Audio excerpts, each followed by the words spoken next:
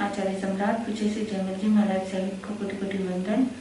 जय प्रजाधिपति बालवीर पतित आचार्य प्रभु श्री पार्श्वचंद्र जी महाराज साहिब, गौतपश्री अप्रमद साधक उपाध्याय प्रभु श्री गुरुवंत चंद्र जी महाराज साहिब, पूज्य गुरुदेव डॉक्टर श्री पदम चंद्र जी महाराज साहिब आदि सभी गुरु भगवंतों के चरणों में कोटि कोटि वंदन करने के पश्चात समित का समय श्री निधि जी को विधित वंदना।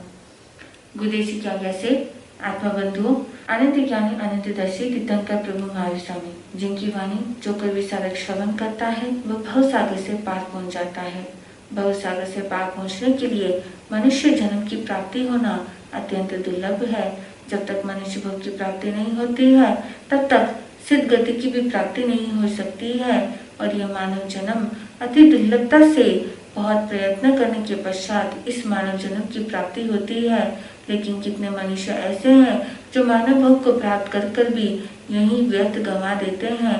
लेकिन कुछ महापुरुष ऐसे हैं जिनका वर्णन अंतर्गत सूत्र में आता है, जिन्होंने अपने इस मनुष्य जन्म को सार्थक कर दिया और अपनी आत्मा का कल्याण करते हुए अंतिम लक्ष्य को प्राप्त कर लिया। ऐसे ही अंतर्गत सूत्र के छठे वर्ग में जहाँ 16 राजकुमारों का वर्णन आता है, पूर्व में आपने सुना था अर्जुन माली का वर्णन जिसका तीसरे अध्ययन में आता है, और आगे अब 15वें अध्ययन में अतिमुक्त कुमार का वर्णन आता है। अतिमुक्त कुमार जो पलासपुर नगर के विजय राजा एवं रानी श्रीदेवी के पुत्र थे, उनके अंगजात थे। अतिमुक्त कुमार खेलने के लिए प्लेग्राउंड जाते हैं और वहां पर जब अपने समान वय समान उम्र वाले समान स्टेटस वाले नहीं, बच्चे स्टेटस नहीं देखते हैं, उम्र देखते हैं, और अपने समान वय उम्र वाले उन बालकों के साथ में खेल में मग्न होते हैं। खेलते खेलते अचानक उनकी नजर एक मुनिराज पर पड़ती है। वो मुनिराज कोई और नहीं, गंधर्व गौतम स्वामी थे, जो भिक्षाट के लिए वहाँ उसी प्लेग्राउंड की ओर से जा रहे थे। वहाँ पर आज उनके पेड़ की तपस्या का पाना था। जब अतिमुक्त कुमार की नजर उन पर पड़ती है तो वो उनको ही देखते हैं। वहाँ पर उस खेल कूद की उम्र में जहाँ बाकी सब बालकों ने भी ये देखा था, लेकिन उनको देखकर वापस खेल में मग्न हो जाते हैं। लेकिन यह अतिमुक्त कुमार बालक उनको देखकर वह उनके पास में आता है और उनके पास में आकर पूछता है कि आप कौन हैं, कहाँ जा रहे हैं और किस प्रयोजन से जा रहे हैं। तब गंधर्व गौतम स्वामी ने देखा कि जो बालक को खेल इतना प्रिय होता है, उस प्रिय चीज को छोड़कर ये मेरे पास आया है और मुझसे प्रश्न कर रहा है। इस बालक में कुछ न कुछ खासियत है। उस समय गंधर्व गौतम ने कहा कि हम श्रमण हैं, इर्या समिति आदि समिति का पालन करते हुए यहाँ पर भिक्षाट के लिए आए हैं। ऊंच नीच कुलों में हम भिक्षाट के लिए जाते हैं। तब उस समय अतिमुक्त कुमार उनकी वो बातों को सुनकर मन में प्रसन्नता के भाव आते हैं। पहले भी उसने देखा था कि उसके घर में किस प्रकार से उनकी माताजी मुनिराज को आहार दान देती थी। अतिमुक्त कुमार गौतम स्वामी की अंगुली को पकड़ते हैं और कहते हैं, आज चलिए मेरे साथ, मैं आपको भिक्षा दिलाता हूँ। और उस समय वो उनकी उंगली को पकड़कर वह अपने घर लेके जाता है। बंधुओं, इतनी छोटी सी उम्र, इतनी छोटी अवस्था और सूझबूझ, वो ले गया अपनी माँ के पास, अपने घर ले गया उस मुनिराज को देखकर माता जी बहुत प्रसन्न होती है और अपने बेटे को कहती है, शाबाश शाबाश, तुमने आज तो बहुत ही उत्तम कार्य किया, जो ऐसे धनतेरस को अपने घर ले आया है उसे शाबाशी देती है। और उस समय अगर बच्चा कभी भी अच्छा कार्य करे, माता पिता के द्वारा उसे शाबाशी मिलती है, प्रोत्साहन मिलता है, तो वो और कार्य को करता है। अगर किसी भी कार्य में कोई हमें शाबाशी नहीं देते हैं, विघ्न डालते हैं, तो कार्य वहीं रुक जाता है। अब माता ने गंधर्व गौतम स्वामी को आहार दान दिया। आहार लेकर जब गौतम गंधर्व स्वामी पुनः लौट रहे थे, तब अतिमुक्त कुमार भी उनके पीछे पीछे आता है और उनसे पूछता है, अब आप कहाँ जा रहे हैं, आप कहाँ रहते हैं। तब उस समय गंधर्व गौतम स्वामी ने कहा कि मैं अपने धर्म गुरु भगवान महावीर स्वामी के पास में रहता हूँ। जिस समय अतिमुक्त कुमार ने गंधर्व गौतम स्वामी को देखा था, उनके आभा मंडल को देखकर एकदम सा आकर्षण लगा था और मन में वह सोचता है, ये ऐसे हैं तो उनके धर्म गुरु कैसे होंगे। और उसी भाव से वो कहते हैं गंधर्व गौतम स्वामी से, क्या मैं आपके साथ में आपके धर्म गुरु के दर्शन करने के लिए चल सकता हूँ। तो गंधर्व गौतम स्वामी ने कहा, आज स्वयं देवानुप्रिय। और वह अतिमुक्त कुमार गंधर्व गौतम स्वामी के साथ ही प्रभु महावीर स्वामी के पास में आते हैं। वहाँ उनकी देशना को सुनते हैं। छोटा सा बालक और प्रभु की देशना को सुन रहा है और सुनकर मन में विरक्ति की भावना आती है। बंधुओं, वैराग्य की भावना जब जागृत होती है, तब उस समय उम्र नहीं देखी जाती है कि क्या उसकी उम्र है, छोटा है या बड़ा है या बूढ़ा है, कोई भी हो। जब भी वैराग्य की भावना आती है, उसी समय दीक्षा ले लेनी चाहिए। उस समय ये नहीं सोचना चाहिए कि अब मेरी उम्र क्या है। वहाँ पर दीक्षा के लिए उम्र नहीं देखी जाती है, वहाँ पर भाव देखा जाता है। बस इतना कहा जाता है कि गर्भकाल को मिलाकर कम से कम 9 वर्ष का होना चाहिए। अधिकतम की तो कोई सीमा ही नहीं है बंधुओं। लेकिन अधिक उम्र तक क्यों इंतजार करना। जब भावना आए तभी जागृत हो जाना। और भावना कब आएगी, जब आप धर्म गुरुओं के पास में जाओगे, गुरु भगवंतों के पास जाओगे, उनके प्रवचनों को श्रवण करोगे, उनका सत्संग मिलेगा, तभी हमारे भीतर में भावना जागृत होगी। हमारे अंदर तो वैराग्य है, लेकिन जरूरत है उसे अंकुरित करने का, जो गुरु भगवंतों के द्वारा होता है। लेकिन अगर आप पास में ही नहीं जाओगे, तो आपके मन में वैराग्य की भावना कैसे जागृत होगी। कई बार किसी के मन में वैराग्य की भावना जागृत भी हो जाती है, लेकिन माता पिता उन्हें आज्ञा नहीं देते हैं। बंधुओं, वे तो यही सोचते हैं कि उनके बालक, उनके बच्चे अजर और अमर की पट्टी लेकर आए हैं। बंधुओं, भूल ही जाते हैं इस मोह के अंदर कि कोई भी आया वो रुकने वाला नहीं है, उनके कहने पर रुकने वाला नहीं है। और इस अज्ञानता के कारण से उनको अंतराय देकर गौर कर्मों का बंद कर देते हैं। और यही अंतराय जब खुद की भावना आती है, तब उस समय यही अंतराय आड़ी आती है। और जब दीक्षा लेने के भाव आते हैं, तो स्वयं दीक्षा नहीं ले पाते हैं। इसलिए कभी भी किसी भी समय में किसी के भी दीक्षा की भाव आए, तो उन्हें रोकना नहीं, उल्टी प्रेरणा करनी चाहिए। जैसे श्री कृष्ण वासुदेव ने इतनी धर्म दलाली की, इतनी प्रेरणा की। आपने सुना था पूर्व प्रवचन के अंदर कि किस तरह से द्वारिका का नाश होने वाला था। तब श्री कृष्ण वासुदेव ने सभी को प्रेरणा दी कि जो भी दीक्षा लेना चाहते हैं ले लीजिए, मेरी तरफ से आज्ञा है। और इतनी धर्म दलाली की कि तीर्थंकर नाम कर्म का उपार्जन कर लिया। ऐसी धर्म दलाली कीजिए, धर्म करने में अंतराय मत दीजिए। वो माता के पास जाता है, अतिमुक्त कुमार दीक्षा की आज्ञा मांगने के लिए। माता जब सुनती है अपने बालक के मुख से कि उसे दीक्षा लेनी है, तो वह हंस पड़ती है।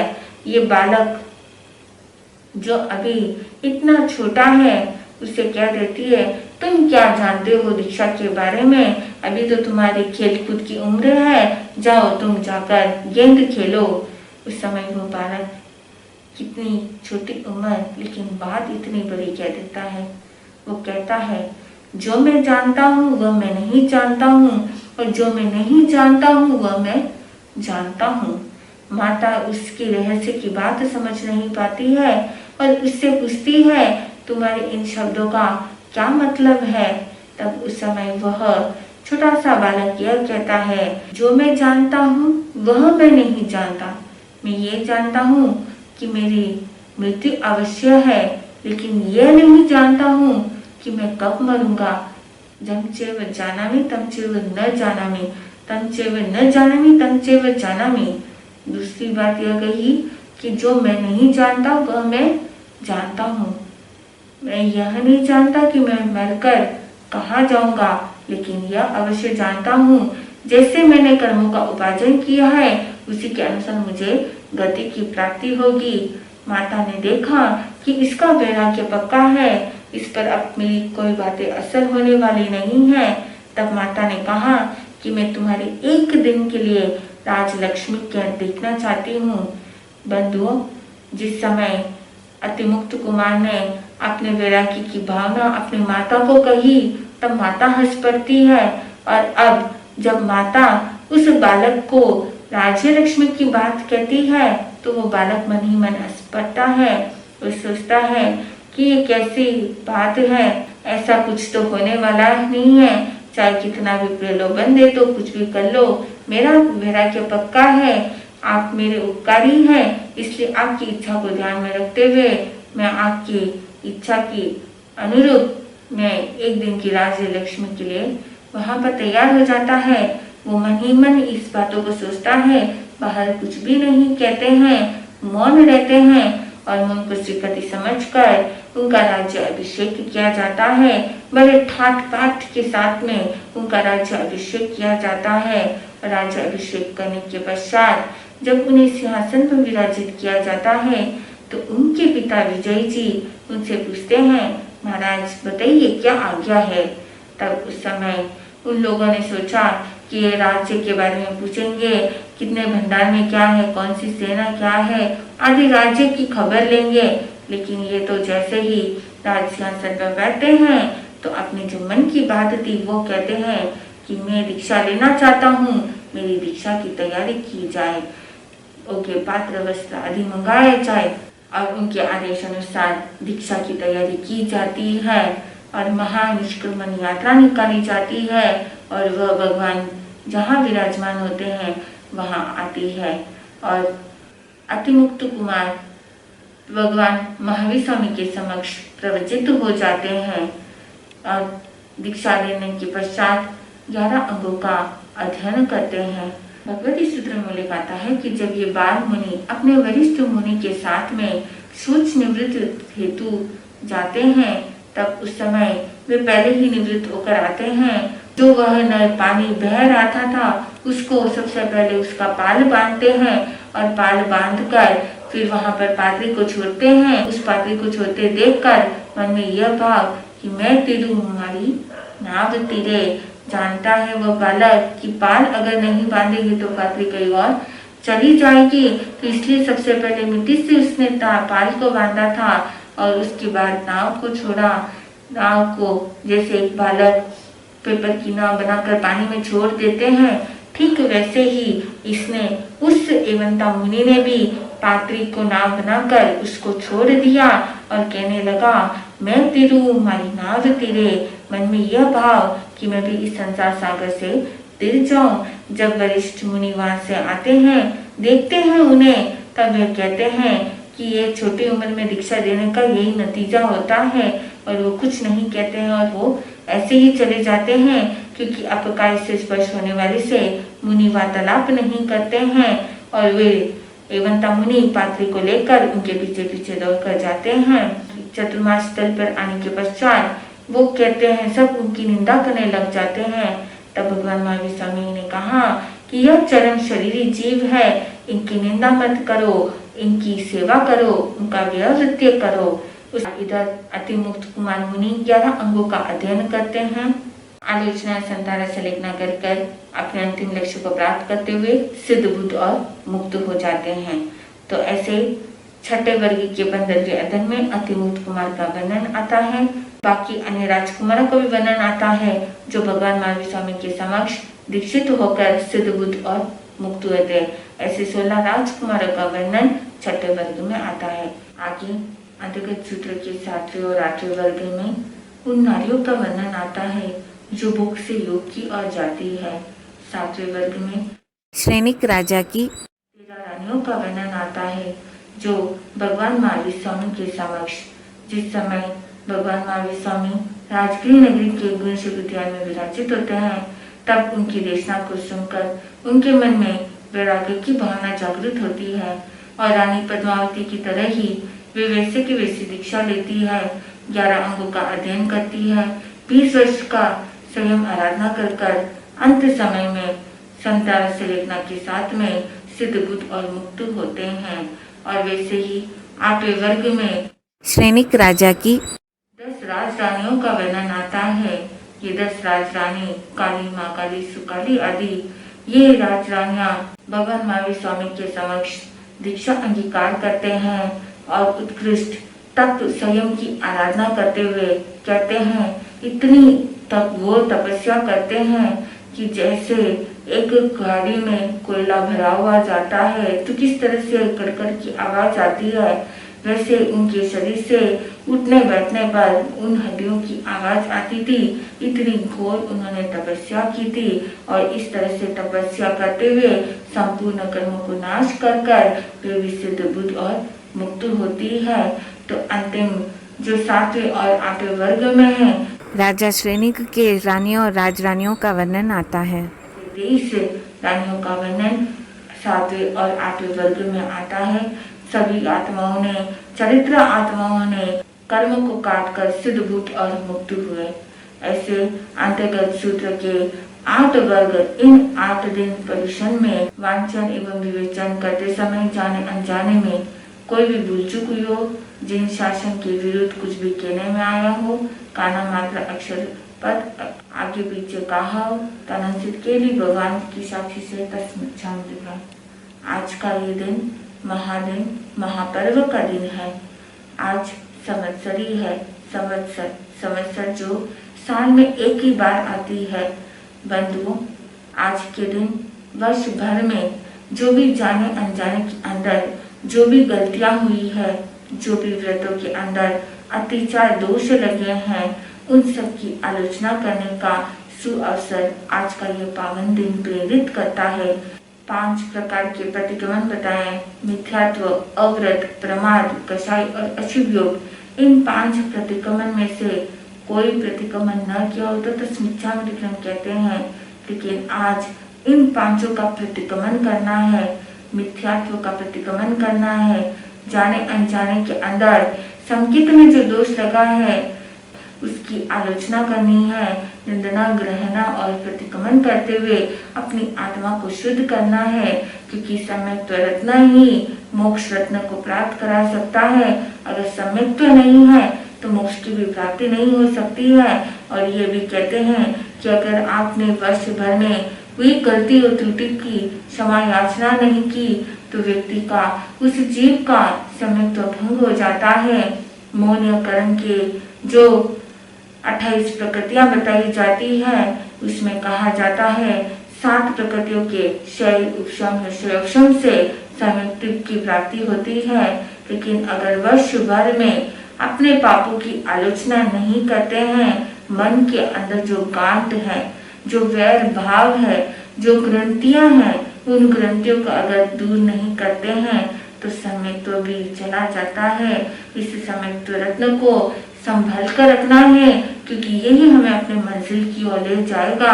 यही बड़ा टॉर्च लाइट है जो आपको मोक्ष मार्ग का रास्ता बताएगा।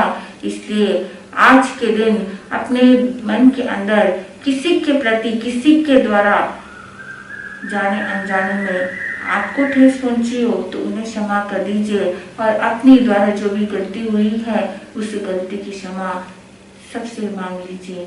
और यही नहीं, समस्त 84 लाख जीवों से क्षमा याचना करना है।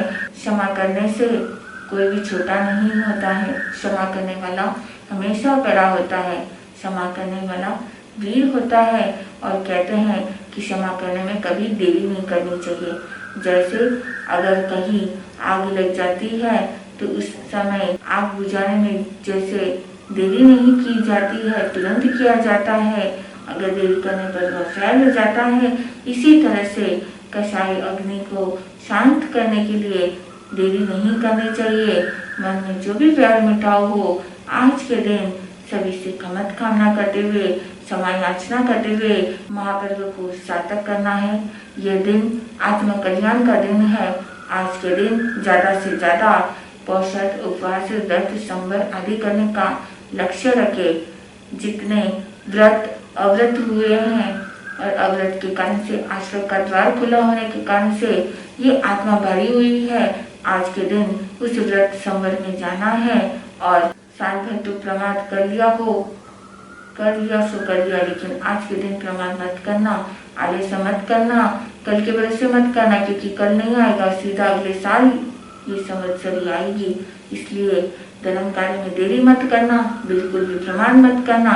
भगवान की कही हुई बात समय न बमाए, उसको याद करते हुए आज का ये पावन संवत्सरी दिन उसको सार्थक करना और कषाय का और अशुभ प्रवृत्ति जो भी हुई है जाने अनजाने में मन वचन का योगों से, उन प्रवृत्तियों के द्वारा हुए कर्मों का बंध, उन सब की आलोचना, निंदना, ग्रहणा करते हुए अपनी आत्मा को भावित बनाना है।